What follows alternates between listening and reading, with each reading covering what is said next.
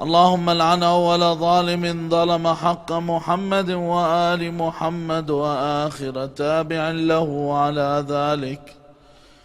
اللهم لعن العصابة التي جاهدت الحسين وشايعت وبايعت وتابعت على قتله. اللهم لعنهم جميعا. ثم الصلاة والسلام على خير خلق الله أجمعين محمد.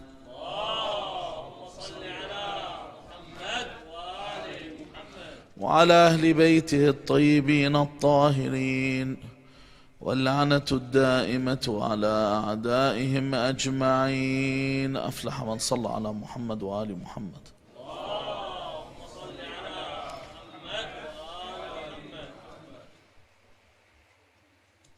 The people at the time of Amir al-Mu'mineen Ali ibn Abi Talib alayhi salam had their own agenda, had their own business, had what favored them to be more important with relation to this world than what was for the hereafter. And they turned away from him, as did the people before them. Allah Azza wa Jal, when He speaks about the children of Israel in the Quran, He says, أَفَكُلَّمَا جَاءَكُمْ رَسُولٌ, that He said to them that every time that a messenger was sent to you, بِمَا لَا تَهْوَى أَنفُسَكُمْ, that this messenger, when he was sent to you, every time we sent a messenger to you that did not adhere to your desires. Whenever Allah Azza wa Jal sends someone, the people know it's the truth and accepts the truth, but they're too busy preoccupying themselves with this world. So when someone came that would not allow them to cut corners, you notice even in the world today, people always, I've had this question many times, people ask me, who's the easiest marja to follow? I get this question a lot. What do you mean, who's the easiest marja to follow? Which one will make it easier upon me? It doesn't make sense. You should be looking for who is the safest marja to follow. Who is the one that will guarantee that I won't go to the fire of hell? Who is the one that will save me from such a calamity? Who is the one that will save me from such a day that nothing will avail you except your actions? Nothing will avail you except the mercy of Allah Azza wa Jal. So I look for what is the safest path. But these people would say to the prophets that we will not accept you because you don't allow us to do this, or you don't allow us to do that. And that was one of the biggest problems with the coming of Christianity and the way the faith was brought about, because the rules of the prophets that preceded Nabi Isa alayhi salam, it says in the Bible, even today, this is one of the verses that they've kept, they haven't eliminated, they haven't erased, where Jesus says that I have not come to what? Abolish the law, but to fulfill it. That I've come to fulfill the laws of the previous prophets. So then St. Paul put the religion together in order to turn the people towards the faith. You know how they do now? They make Christianity more fun. They start, because if you look, for example, the churches now, they arrange dances, they arrange parties. But back in the early 1920s in Australia, do you know where the priests used to be when they used to have dances? And we're not talking about the dances they have today. We're not talking about the raves and that. We're talking about the dances back in the 1920s. You know, back in the 1920s, if anyone watches like they made the movie The Great Gatsby. That's how it was. That's how the 1920s was. The time of bootlegging and all that. It was a different world. The priests used to actually stand on the doors of the dancers and tell people not to enter. This is the house of Satan. But then they said we have to move with the times. We have to make Christianity more fun. We have to make Christianity more acceptable.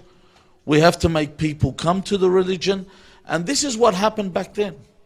When St. Paul changed things in the faith, was to make people come towards Christianity. And what did he say?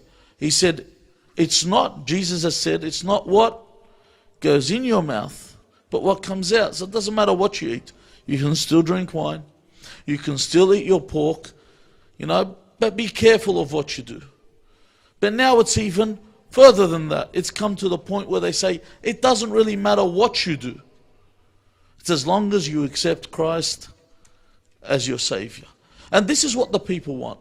They want someone that exonerates them from their actions. They want someone that allows them to commit sin and says you are going to paradise. It does not matter what you do, Allah will accept you. It does not matter what actions you do, there is no accountability.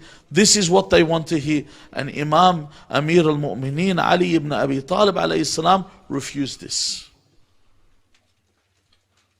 He would say words to the effect that I know what ails you. I know what your problem is. And I know what the cure for your problem is.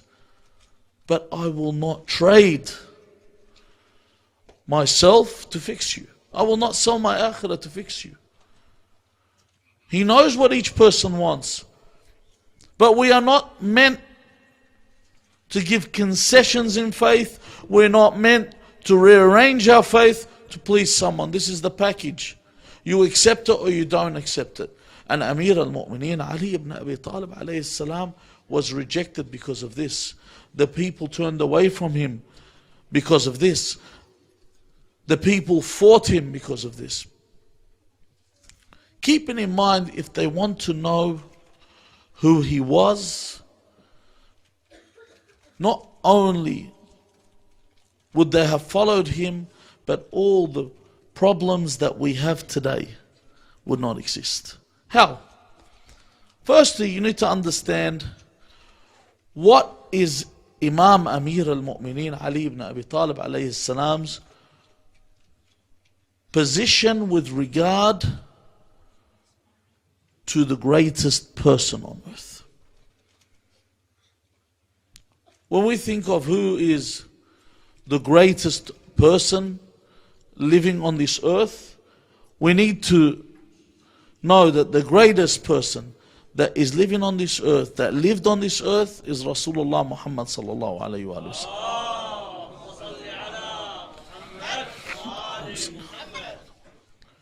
Now, the Messenger of God sallallahu alayhi wa sallam is the greatest creation. What is the position of Amir al-Mu'mineen to the Messenger of God? We turn to the Quran. When Allah Azza wa Jal told the Prophet to call the Christians towards the faith, he put forward his arguments, and they rejected. And then he offered them out to a mubahala, where would they both meet up and invoke the wrath of Allah upon the one that is lying. He said to him, Allah said to him, فَقُلْ تَعَالَوْا نَدْعُوا أَبْنَاءَنَا وَأَبْنَاءَكُمْ. He said, call your sons and our sons. وَنِسَاءَنَا وَنِسَاءَكُمْ. We call our women and then we call your women. وَأَنفُسَنَا وَأَنفُسَكُمْ. Then we bring ourselves and you bring yourself. Now Rasulullah sallallahu alayhi wa sallam was very specific with who he took. There were very great companions around, people like Salman and Abu Dhar and Al-Miqdad and Ammar. But he didn't take these companions. When he said Abna'ana, he took Al-Hasan wal-Husayn alayhim as-salam. When he said Nisa'ana, he took Fatima al-Zahra, salawatullahi alayha. Anfusana, all he had to do was bring himself. But he didn't bring himself. He came with Ali ibn Abi Talib. So his position, as per the Quran, towards Rasulullah, he is the self of Rasulullah. He is the nafs of Rasulullah. In other words, the difference between Rasulullah and Amir al-Mu'mineen is Rasulullah had the task of the Nubuwwah and whatever was exclusive to Rasulullah. But whatever is upon Rasulullah in terms of virtue and rights is upon Amir al-Mu'mineen. And furthermore, Rasulullah says this in the sermon of Shahr Ramadan, the one just at the end of Sha'ban. You read the sermon at the end of it. It's not in Mafatih al-Jinan because they cut it off. At the end they put the alif lam and the kha ila akhirih. For you to research the whole sermon, he says, Ya Ali, anta khalifati fi hayati wa ba'da mawti.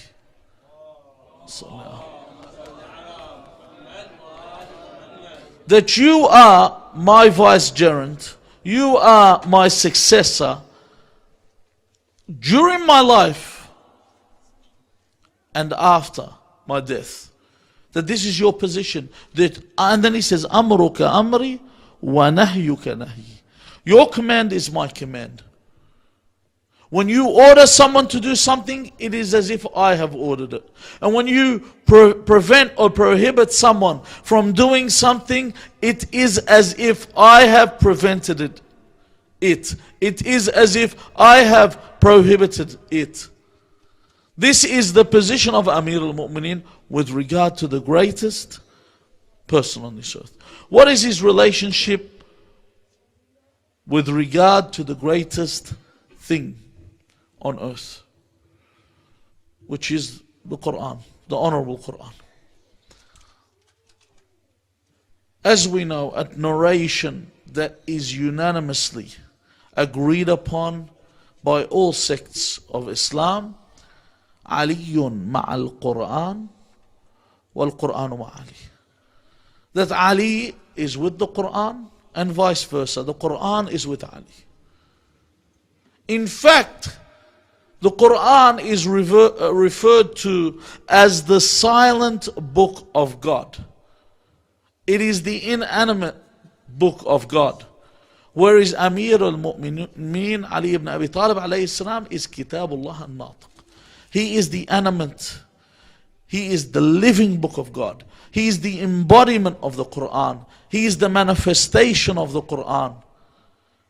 You want to see the Quran in action? It's Ali ibn Abi Talib alayhi salam.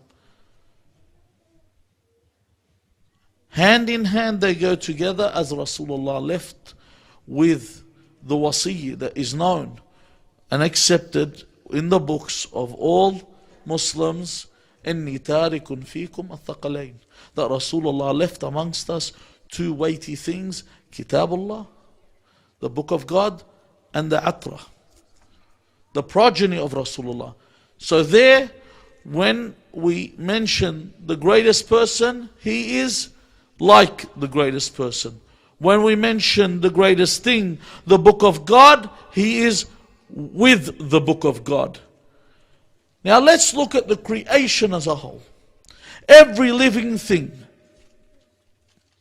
that is around you, what is its relationship? You and I, the sun, the moon, all the creation that exists, what is its position with regard to Imam Ali alayhi salam? You read Hadith al-Kisa. Allah Azza wa Jal says that He has not created anything at all except it is for Muhammad wa Ali Muhammad alayhi afdal salam.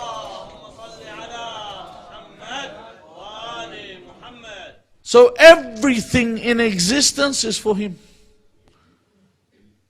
Everything in existence is due to him. Why does Allah Azza wa Jal put these things in this position? Because logically, when I work in my life, I put everything, and this is what wisdom is. Wisdom, you see, knowledge is the information. Wisdom is how you apply the information that you are given. Wisdom is to place everything in its right place.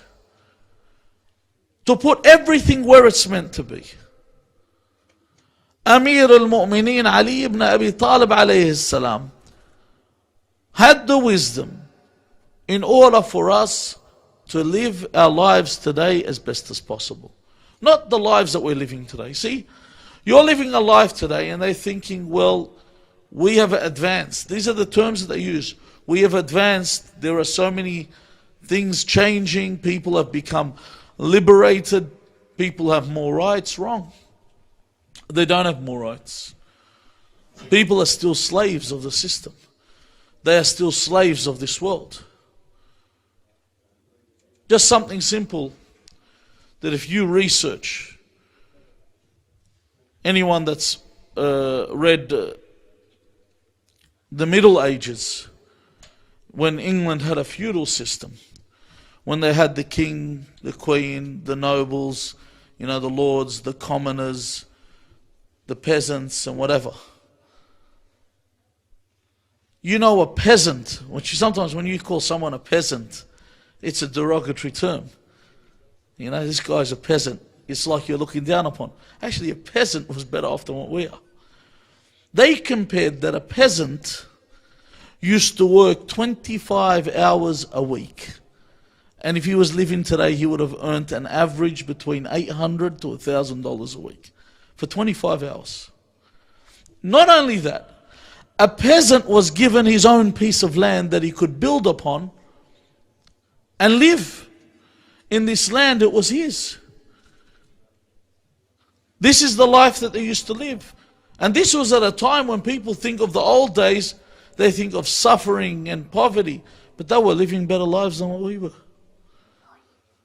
Because of the system that we live in. We live in a system today that wherever you look there is unemployment. I know in Australia they claim that the unemployment rate is 6%, which is ridiculous. It's not true. Because what they base it on, they base it if you even work on 1 day a month that you're employed. That's considered to be employment. If Amir al-Mu'mineen's laws in his land were applicable, there would be zero unemployment. Taban, someone might come along and say, well, Hitler had zero unemployment, 0% unemployment. That's because anyone that didn't have a job was taken into conscription, that you had to go fight. You had no choice. Obviously there'd be 0% unemployment, but you'll be sent off to die. Now, in the case of Islam and the way the commander of the faithful, Ali ibn Abi Talib alayhi salam, applied this, we have a verse in the Quran where it says about Islam and the message. It says, وَيَضَعُ عَنْهُمْ إِصْرَهُمْ وَالْأَغْلَالَ الَّتِي كَانَتْ عَلَيْهِمْ. See, we make burdens upon ourselves. And we shackle ourselves down. We tie ourselves down. How? If you want to now go find a job. Say you want to open a business. Is it as easy as you going and buying the stuff and putting it in the shop? Or do you have to look for the area that you wish to open your shop in? I have to get a permit. I have to find the shop. I can't just open a stall on the side of the road and start selling. There's all these tariffs and levies and taxes that you have to pay. There's all these things, components that take place that what hold you back, that hold you down, that keep you away from being able to work. Whereas in Islam, this isn't the case. In Islam, you want to sell timber, for example, you go out, cut the logs, open a store on the side of the road and sell. There could be 20 stores next to you selling logs. No one will say, listen, you can't have that many businesses in the area. No. You're free to work as you want. In fact, if you pick up Mafatih al-Jinan, you pick up any book of dua, I challenge anyone to find one dua that says, oh Allah, help the unemployed find a job. Because it wasn't an issue. There was no problem. Everyone had employment. Everyone could work. There was no one stopping them from working. You were able to work. They don't make it so difficult. Even the education system, when it comes to getting a job, the education system that you go through today has nothing to do with employment. How many people finish their degree and when they go into the workforce say, what the hell is this? It's as if they're starting all over again. So what was I doing all this time? You know, I thought these formulas would come in handy. You know, yes, force equals mass times acceleration. I thought that would come in handy one day. Start filling in forms. Start making applications to do this and that. What's relevant's not being taught. Whereas in the old days, they'd come out. Suffices that you knew how to read and write, but then you'd get straight into the task that you wanted to earn your sustenance from. And it was allowed. They don't force you to stay in school so you can become indoctrinated. That's the whole idea of keeping you in school. They tell you they keep you in school, they want to keep you remain in the education system so they can adulterate you in there. Somehow you're getting educated, but they can set the way you think and the way that the system is. You remain in this frame of thought rather than educate you with what you need to know in order to live. The second thing that he solved, which is a big problem in the world today. In fact, the United States of America, 1/6 of its population is homeless. You might think homelessness is only with regard, this time on homelessness of people living in the street. But I think homeless is anyone that doesn't own their own home, is also homeless. This is the majority of you. How many of you have a mortgage or pay rent? Think about it. Because of the system, you can't own. Because of the system, house prices have gone through the roof. Because of interest and loans and the system that's put for us to follow, some people have 10 houses, others have none. Whereas we are told by God's messenger, Al-Ardu lillah wa liman ammaraha, that the ard, the land, is for God and whoever builds upon the land. It's His. In fact, the messenger of God says that Allah and His messenger own everything. And I give what's mine to you, the people. That you could actually go out there. There was none of these people hoarding lands. Someone has 200 acres that they're not even touching. Land that's just there. I've been to places in Lebanon, honestly, they're just fenced off. They don't use them. It's just so you can walk around and see this estate. It's yours truly. I own it. You know, you may look, but don't touch. It's fenced off. And there are people that don't even have a home to live in. And in Islam, you come up to a vacant land and you just start building. That's your home. This is how it worked. People had houses. You look at the narrations. How many people? Everyone had a house. Everyone would just build where they were. I'm going to live here, so I just build here. No one owns the whole region. There are people in this world, even worse, that are born. You go to India or to some of these regions, they are born and they die living in the streets. They never even know what a home looks like. They are born in the street, they are raised in the street, they live in the street, and they die in the street. They never have any idea of what a shelter is. All this is due to the rejection of an Imam. The rejection of the Imam came at a great cost. That when Rasulullah sallallahu alayhi wa sallam saw him in a dream, that Amir al-Mu'minin saw the messenger in a dream, and he told him, look at what the people have done. So he said, do dua against them for what they've done. And then he asked Allah to give him better than them and give them worse than him. And this is what we are left with. We could have been living the best of lives if we accepted Amir al-Mu'mineen. Taban, it's never too late for people to turn back towards this. A journey of 1,000 miles begins with a single step. You begin with yourself. Something to keep in mind, sometimes people go, oh, it's too far, I can never get there. One thing, like, especially living in the Middle East, Allah salli ala Muhammad, Ali Muhammad.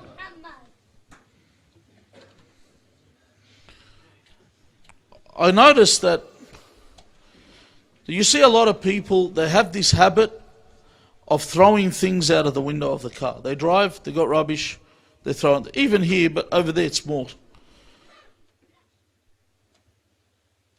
Some others keep a plastic bag in the car where they collect all the trash inside that bag. Or you tell someone, don't throw out of the window. And they say, why not? There's rubbish outside. You say, yeah, but you start being clean. Don't throw anything out the window. Your child won't throw anything out of the window. Their child, this is how you build a society.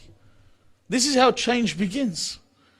You need to be that change. When you start to change, when you start to turn around these things, eventually there is change in society.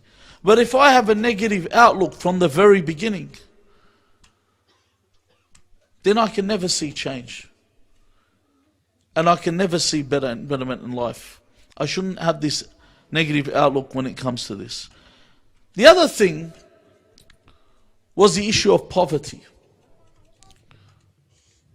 The commander of the faithful, when he mentions in the sermon, I mentioned a part of this several nights ago, that he says that there might be. He doesn't say when he sends his letter to Uthman ibn Hunayf, because Uthman is one of his representatives that is invited to a dinner with rich folk. So he sends a letter to him and he explains in this letter as to why he shouldn't be there. But then he mentions that he lives in a moderate life, a life where he doesn't get too involved with the delicacies of this world. He says because there might be someone in the outskirts of the region that he rules that cannot be able to select between two types of food. Not someone that is impoverished. Not someone that's cut off. There might be someone that cannot select between food. Whereas if you look at poverty today, in the world that they think is so advanced and technology is so great, every 24 hours or every day, every hour 1,000 people die out of poverty. Every hour 1,000 people die due to poverty. This is the effects of this poverty. Whereas in Islam they introduced the treasury, the Islamic treasury, where Amir al-Mu'mineen Ali ibn Abi Talib alayhi salam would make sure that people did not go without. That if someone came to knock on the door of the Imam wasn't worried about where, sometimes people have this attitude. When you go to give someone, they say, does this person need or not? Is he needy or is he not needy? If you have, he's asked, you give him. If you don't have, then you say, may Allah give you. If you don't want to give him, at least say a good word. But don't stand. You see some people, they stand there. Let him get out of here, or they say some expletive or something like that to push him away. Whereas Amir al-Mu'mineen alayhi salam was not even interested in what they were asking for, that if it be a burden on him or not. He was only interested in fulfilling what they asked for, that even when you read in the Insan, Surah Al-Insan, where he and his family went without food and just drank water for breaking their fast for 3 nights, because they gave the iftar, which was something meager anyway. The iftar wasn't the iftar that we have. It was something meager, just bread, barley bread at that, and they gave it away to those that asked. And his method and his style of running a government would mean that there would be no poverty, because those that ruled were not the richest. Those that ruled were the most generous, the ones that gave to the ones that needed. Tomorrow night will be the night where we commemorate the actual martyrdom of the Imam. Insha'Allah, I will talk in a descriptive narration of what took place and about the martyrdom. We'll leave tonight just to give you what I've given you, an idea about the character of the Imam and how he could have solved the problems of our life today. We ask Allah Azza wa Jal to have mercy upon our deceased. We ask Allah to have mercy upon us, and mercy on all those that have any relation to us, and on the believers, and to protect the believers and give them victory all around the world. And we ask you all to read the Fatiha upon all the mu'mineen and mu'minat, especially al-marhum al-Hajj Ibrahim Tawbi, مسبوقة بالصلاة على محمد وآل محمد.